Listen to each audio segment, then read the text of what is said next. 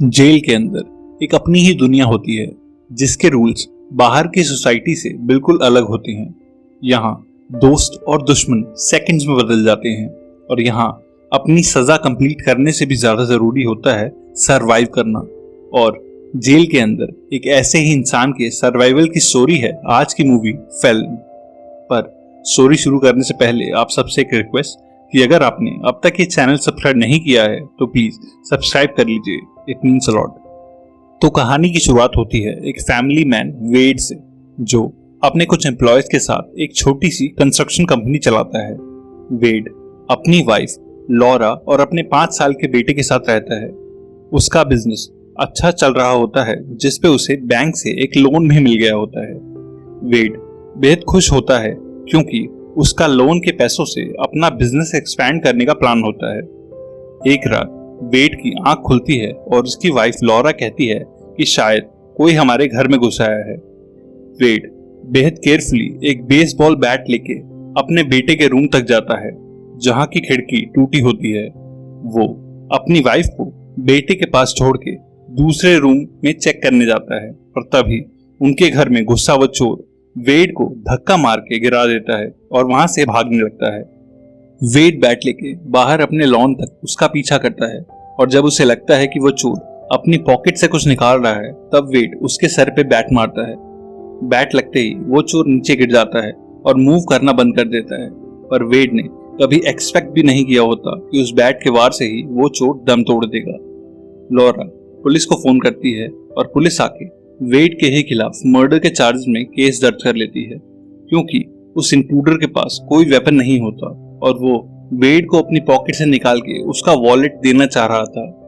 Laura police वालों से काफी बहस करती है पर पुलिस वाले कहते हैं कि अगर वो आपके घर के अंदर मरा होता तो ये एक सेल्फ डिफेंस का केस होता, पर क्योंकि वेड ने अपनी प्रॉपर्टी से कई मीटर दूर एक निहत्थे आदमी को मारा है तो उन्हें वेड को अरेस्ट करना पड़ेगा।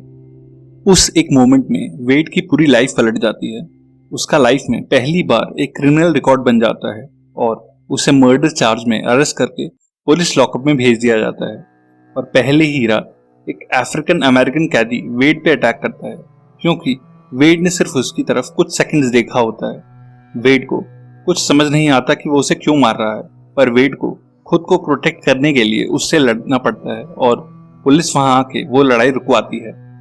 लॉरा भी वेड के चेहरे पे अगले दिन निशान देख के डर जाती है, पर वेड कहता है कि इस सब की चिंता छोड़ के उसके लिए एक लॉयर अरेंज करो क्योंकि वो यहाँ पर नहीं रहना चाहता।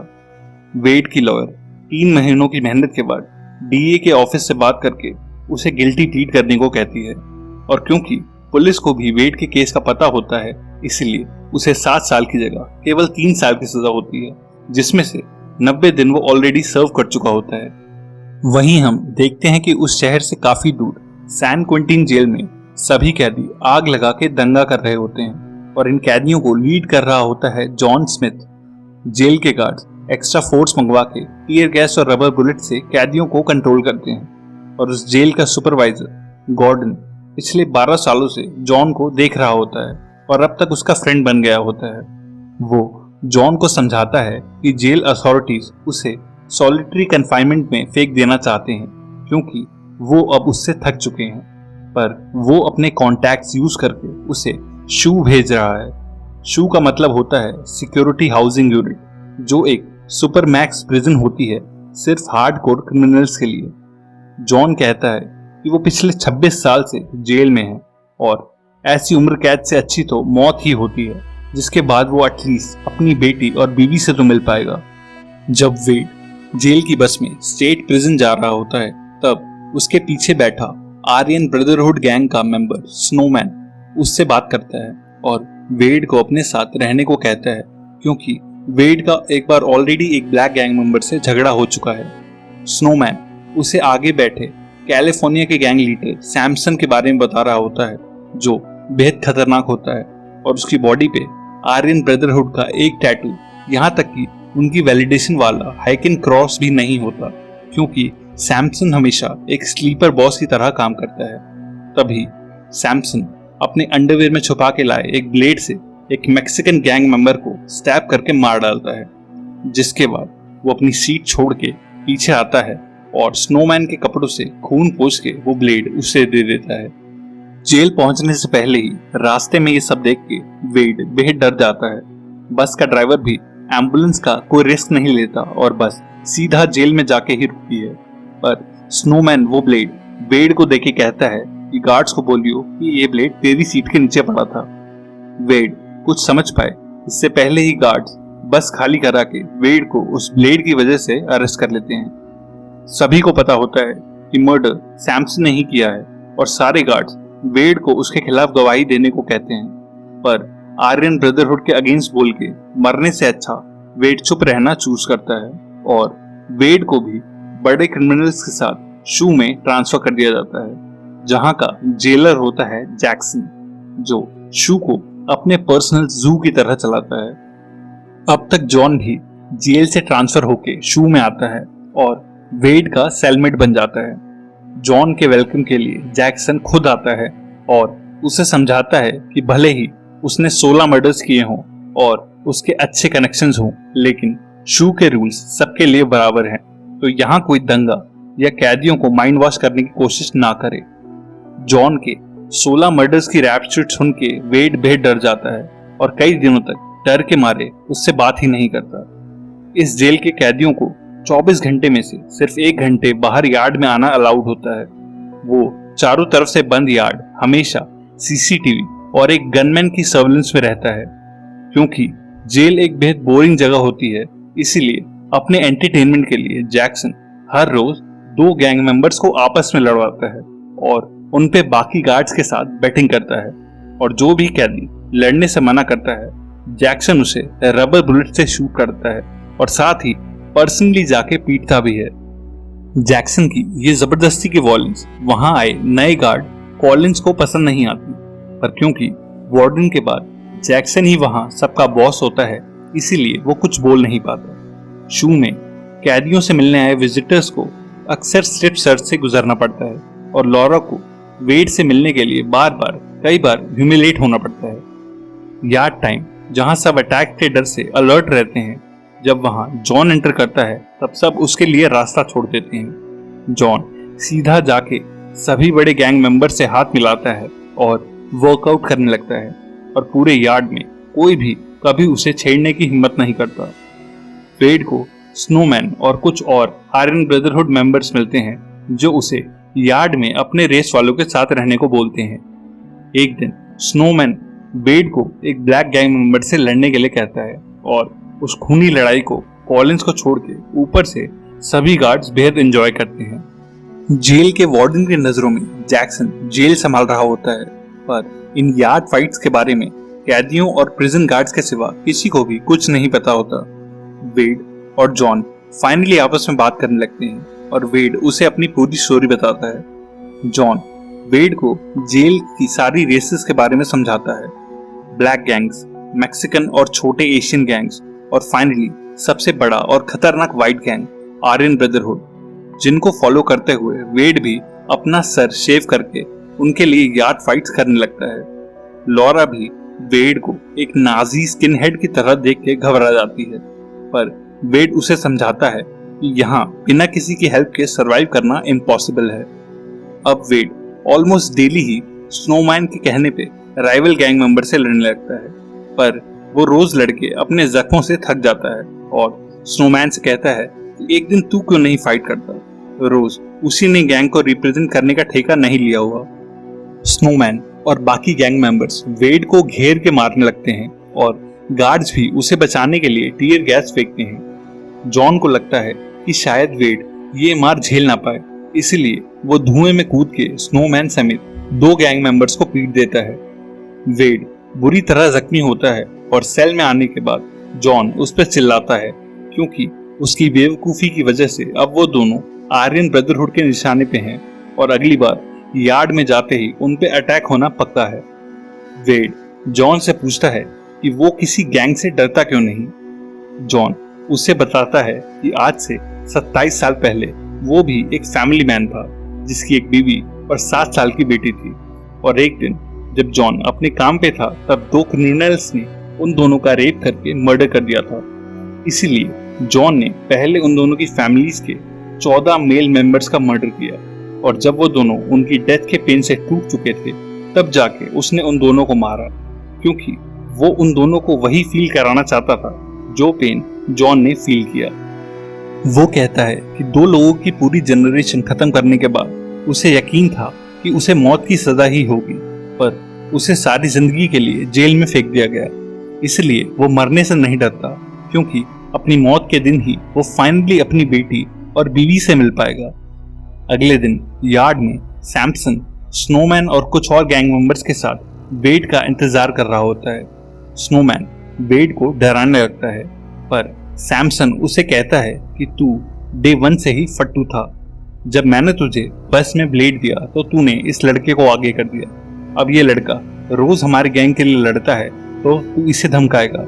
और उसके एक इशारे पर गैंग मेंबर्स स्नोमैन को ब्लेड से गले और पेट में स्टैब करने लगते हैं। गार्ड्स रबर बुलेट्स फायर करके उन्हें रोकते हैं और स्नोमैन को तुरंत जेल के हॉस्पिटल में पहुंचाया जाता है। सैमसन कहता है कि जॉन को सभी पुराने एबी मेंबर्स जानते हैं और तूने भी यार्ड फाइट्स में अच्छा परफॉर्म किया है, इसीलिए मेरी गैंग का कोई भी तुम दोनों को कभी टच नहीं करेगा। लॉरा को हर 2 हफ्तों में शू आना पसंद नहीं आ रहा होता और बाहर वेड का बिजनेस और घर भी बिकने की कगार पे होता है। पूरे जेल में सैमसन एक अकेला ऐसा आदमी होता है जो जैक्सन से जरा भी नहीं डरता और उसे एक लंबी सजा करवाने के लिए वो ब्लेड अटैक से बच गए स्नोमैन को सैमसन के खिलाफ गवाही देने के लिए कन्विंस कर लेता है। वो स्नोमैन को प्रोटेक्टिव कस्टडी में भेज देता है, जहां सैमसन या कोई गैंग मेंबर उस तक नहीं पहुंच पाएगा और उसकी गवाही पर सैमसन को 25 साल और बस में हथियार देने के चार्ज में वेड को 6 साल की सजा सुनाई जाती है। वेड ऑलरेडी 2 साल की सजा काट चुका होता है, पर इस नई सजा के साथ अब उसे बाहर आने में 7 साल लगने वाले होते हैं और लॉरा अपनी मां के कहने पर वेड को डिवोर्स के लिए पेपर्स भेज देती है। लॉरा का लेटर वेड को बुलेट की तरह लगता है और अब उसकी बाहर निकलने की सारी उम्मीद खत्म हो जाती है। वेड की लाइफ अब मीनिंगलेस हो जाती है और वो एक क्रिमिनल में ट्रांसफॉर्म होने लगता है और डेली यार्ड में एंटर करते ही गैंग मेंबर्स को कूटने लगता है। उसकी इस रेज को जॉन और गार्ड कॉलिंस भी नोटिस करती हैं, पर वो वेड की कोई हेल्प नहीं कर पाते। बाहर जब लॉरा वेड का सामान और कपड़े अलग करके घर शिफ्ट कर रही होती है, तब वेड का बेटा उसके कपड़े वापस घर में ले आता है और लॉरा को ये रियलाइज होता है कि उन्हें भी वेड के सपोर्ट की उतनी ही जरूरत है जितनी वेड को उनकी, और वो जेल जाके वेड को सॉरी कहती है। जॉन फाइनली वेड को कहता है कि 7 साल एक बेहद लंबा टाइम है और अगर तुझे इस जंगल से निकलना है तो हमें जैक्सन और यहाँ हो रहे खूनी दंगल के बारे में बाहर बताना होगा। वो दोनों एक प्लान बनाते हैं और अपनी नेक्स्ट मीटिंग में वेड लॉरा को उनकी हेल्प करने को बोलता है। वो ब्लैक कैदी जिसने वेड पे पहली रात अटैक किया था, वो रिसेंटली शू में शिफ्ट हो गया होता है और वेड जैक्सन को कहता है कि अगर आप मेरी एक बार उससे लड़ाई फिक्स करा दो तो मैं उसे चीर डालूंगा। जैक्सन बड़ी बेट्स के लिए लालची हो जाता है, पर वेड को वार्न करता है कि ये फाइट नॉकआउट पे नहीं रुकेगी और तुम में से एक ही यार्ड में जिंदा बचेगा। फाइट के दिन जैक्सन बैटिंग के लिए पास वाली जेल के जेलर्स को भी बुला लेता है और उसी सेम मॉर्निंग लॉरा जॉन के पुराने जेल सुपरवाइजर गॉर्डन से मिलती है और उसे यार्ड फाइट्स के बारे में सब बताती है। गॉर्डन एक FBI एजेंट और लॉरा के साथ शू की तरफ निकलता है ताकि वो ये सब विटनेस करे और वार्डन को बता सके। वेड उस ब्लैक कैदी से लड़ता है और साइज में उससे हल्का होने के बावजूद भी उसे अच्छी टक्कर देता है। वेड उसका सर फोड़ देता है, पर उसे जान से नहीं मारता और सबके सामने जैक्सन का ऑर्डर टाल के उसकी इंसल्ट कर देता है। जैक्सन गुस्से से पागल हो जाता है और रबर बुलेट्स की जगह असली राइफल निकाल के वेड पे पॉइंट करता है, पर जॉन वेड के आगे खड़ा हो जाता है। जैक्सन को कमजोर पड़ता देख के बाकी सभी गैंग्स के लोग भी उन दोनों के साथ खड़े हो जाते हैं और सभी गार्ड्स जैक्सन को समझाते हैं कि इतने सारे गैंग से डायरेक्ट दुश्मनी हमें फ्यूचर में बेहद भारी पड़ सकती है। जैक्सन वेड और जॉन को छोड़ के सारा यार्ड खाली करवाता है और अपने एक लॉयल गार्ड को उनको मूव करते ही शूट करने को बोल के खुद यार्ड में एक प्रिजन मेड चाकू के साथ आ जाता है। यूजुअली इन फाइट्स के टाइम पे यार्ड के कैमरेस ऑफ होते हैं, पर कॉलिंस कैमरा ऑन कर देता है और सब कुछ रिकॉर्ड होने लगता है। जैक्सन कहता है क्रिमिनल्स होने की वजह से तुम्हारा मरना उसे जस्टिफाई भी नहीं करना पड़ेगा, और वो चाकू लेके वेड की तरफ आता है। जैक्सन वेड के गले को टारगेट करने वाला होता है, पर जॉन अपने चश्मे के कॉर्नर में फंसा के एक ब्लेड लाया होता है, जिससे वो जैक्सन की फेमोरल आर्टरी काट देता है। पर तभी गार्ड उसे शूट कर देता है, पर दर्द में एक आखिरी बार भी वो जैक्सन का गला भी काट देता है, और दूसरी गोली लगते ही वो वॉल का सहारा लेके रुक जाता है। वेड अपने हाथ ऊपर रखता है, इसलिए गार्ड उससे शूट नहीं करता। जॉन कहता है कि अब वो फाइनली अपनी बेटी और बीवी से मिलेगा, और ये उसके आखिरी वर्ड्स होते हैं। अब तक FBI एजेंट के साथ गॉर्डन और लॉरा भी शू पहुंच जाते हैं, और FBI ऑफिसर सारी जेल को लॉक करवा के यार्ड की सारी CCTV फुटेज देखता है, और क्योंकि जैक्सन मर चुका होता है इसीलिए वो वार्डन के अगेंस्ट केस रजिस्टर कर लेते हैं। गॉर्डन वेड से मिलता है और बताता है कि जॉन ने एक बार जेल में मुझे ब्लेड अटैक से बचाया था, और तब से ही वो मेरा अच्छा फ्रेंड बन गया था। वेड भी कहता है कि जॉन की वजह से ही वो अब तक जिंदा है। मूवी के एंड में हम देखते हैं कि वेड कॉलिंस को कैमरास ऑन रखने के लिए शुक्रिया कहता है। यार्ड फाइट्स को एक्सपोज करने के लिए करेक्शन डिपार्टमेंट वेड की एडिशनल सजा माफ कर देता है, और वो बाहर आके लॉरा और अपने बेटे से मिलता है। जैक्सन के मरने के बाद स्नोमैन को भी प्रोटेक्टिव कस्टडी से निकाल के नॉर्मल सेल में डाल दिया जाता है, जहां सैमसन उसका जोरदार स्वागत करता है। ये स्टोरी अगर पसंद आई हो तो प्लीज वीडियो लाइक करके मुझे कमेंट सेक्शन में जरूर बताइएगा। एक और प्रिजन मूवी के लिए लेफ्ट क्लिक करना, और अगर ड्रामा मूवीज का शौक है तो प्लीज क्लिक ऑन राइट। तब तक के लिए stay safe and keep watching thoughts in action.